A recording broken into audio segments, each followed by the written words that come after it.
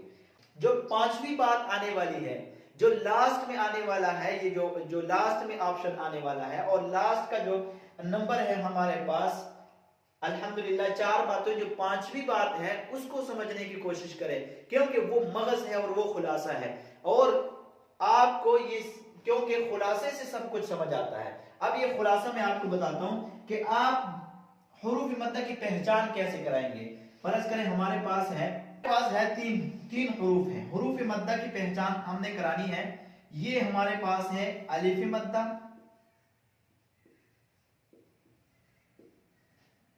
इसमें हमारे पास है वाव मद्दा, और इसमें हमारे पास है या मद्दा। अब आप बच्चे को कैसे कराएंगे कि यहाँ ये अलिफ मद्दा किसे कहते हैं, वाव मद्दा कैसे कहते हैं, किसे कहते हैं, और या मद्दा किसे कहते हैं, आपने बच्चे को कैसे पहचान करानी है। तो आपको बताता हूं कि बच्चे को हमने हुरूफ मद्दा की पहचान कैसे करानी है। हुरूफ मद्दा की पहचान बच्चे को आपने ऐसे करानी है, अलिफ से पहले जबर हो, ये हम कैसे कराएंगे पहचान कि अलिफ से पहले जबर हो तो ये अलिफ मद्दा होगा, अलिफ से पहले जबर हो तो ये अलिफ मद्दा होगा। अगर वाव साकिन से, जैसे मैंने आपको बताया ना साकिन, अब ये देखो इधर इसके साथ राब्ता है, उस साकिन हर्फ का इसके साथ राब्ता हो गया, ये देखो मैंने कहा था ना। अब ये वाव साकिन है, अब वाव साकिन किसे कहते हैं, जिस पर सुकून आया हो, और ये वाव इसको मजजूम कहते हैं क्योंकि इस पर जज़म आया है।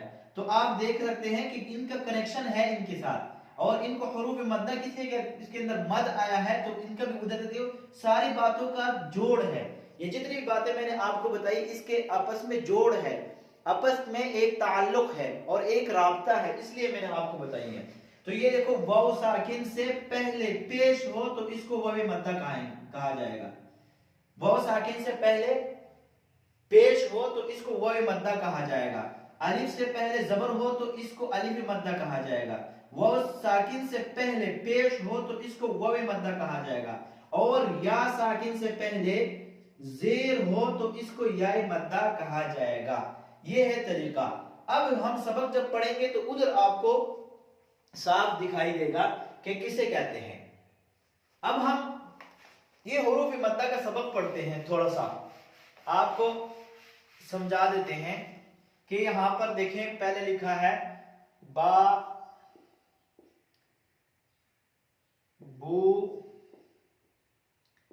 बी, बा, बू, बी, इसको कहते हैं, ये है अलिफ मद्दा। क्यों आपने इजरा बच्चे को ऐसे करानी, क्यों, क्योंकि अलिफ से पहले जबर है तो इसको अलिफ मद्दा कहते हैं। अलिफ मद्दा, अलिफ से पहले जबर हो तो उसको अलिफ मद्दा कहा जाता है। आपने बच्चे को ऐसे कराना है, मशक इजरा ऐसे करवानी है कि अलिफ से पहले जबर हो तो इसको अलिफ मद्दा कहा जाता है, वाव साकिन से पहले जेर हो और वाव साकिन से पहले पेश हो तो उसको वाव मद्दा कहा जाता है, और या साकिन से पहले जेर हो तो इसको या मद्दा कहा जाता है। अब इसको पढ़ेंगे कैसे। अलिफ मद्दा इसे कहा जाता है कि अलिफ से पहले जबर हो तो इसको अलिफ मद्दा कहेंगे, और वाव से पहले, वाव साकिन से पहले, सुकून का ताल्लुक मैंने आपने पहले बताया, वाव साकिन से पहले, साकिन इसलिए इसको कहते हैं कि इस पर सुकून आया है, वाव साकिन से पहले पेश हो तो इसको वाव मद्दा कहा जाएगा, और बा साकिन से पहले जेर हो तो इसको या मद्दा कहा जाएगा। आपने इसी तरीके से बच्चे को समझाना है। और फिर ये से ता अलिफ जबर ता, इसके अंदर भी अलिफ मद्दा है, ता वो पेश तू, इसके अंदर वाव मद्दा है। क्यों, क्योंकि वाव साकिन से पहले पेश आया है। यहाँ ता या जेर ती, यहाँ या मद्दा है। क्यों, क्योंकि या साकिन से पहले जेर आया है। इसी तरीके से आपने बच्चे को कुरान मजीद में इजरा करवानी है। जैसे अब एक फॉर एग्जांपल एक हरफ लिखता हूं मैं, एक लफ्ज है हमारे पास मजीदुन, मजीदुन, एक हर्फ हमारे पास है मजीदुन। अब हमने पढ़ लिया कि या साकिन से पहले जेर हो तो इसको या मद्दा कहा जाएगा। अब देखो या साकिन है और उससे पहले जेर आया है, ये या साकिन है और उससे पहले जेर आया है, तो इसको यहां पर इस या को हम कहेंगे या मद्दा, इस या को हम या मद्दा कहेंगे। क्यों? क्योंकि या साकिन से पहले जेर है। जैसे या अलिफ मद्दा की मिसाल देता हूं, कालू,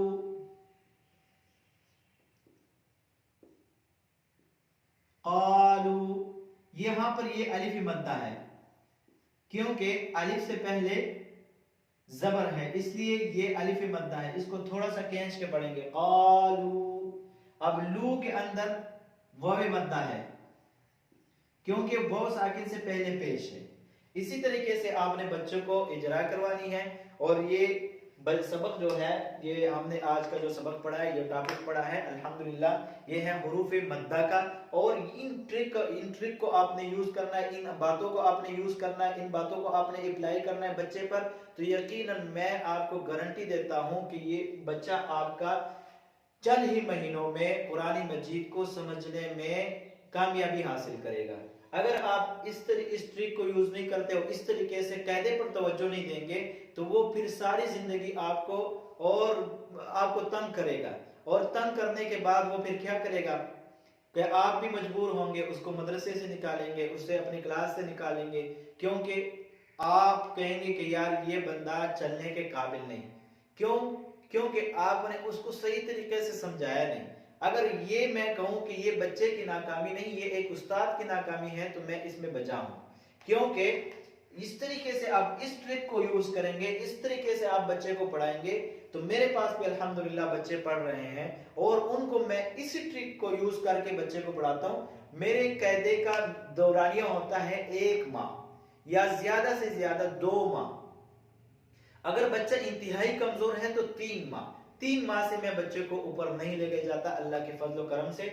इसी ट्रिक को यूज करते हुए वो बच्चा जो बिल्कुल कमजोर हो वो भी अल्हम्दुलिल्लाह कामयाबी हासिल कर लेता है कायदे के अंदर, और वो कायदे के समझने में वो भरपूर जो होता है वो कामयाब हो जाता है। तो आप भी इस ट्रिक को यूज करें और हमें अल्हम्दुलिल्लाह, अगर आपकी ये वीडियो आपको अच्छी लगी है तो दूसरे मुसलमान भाइयों के साथ भी शेयर करें ताकि वो भी इससे फायदा हासिल करें। और हमारा मकसद अल्हम्दुलिल्लाह अल्लाह के लिए, अल्लाह की रजा के लिए है और कुरान को समझाने के लिए और कुरान को समझने के लिए है।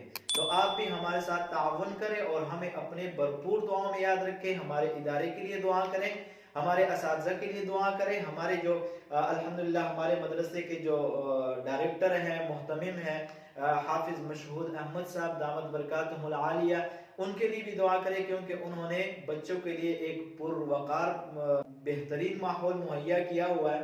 तो ये जो मैं काविश कर रहा हूँ, ये जो कोशिश कर रहा हूँ, इसमें अल्हम्दुलिल्लाह उनका भी भरपूर हिस्सा है।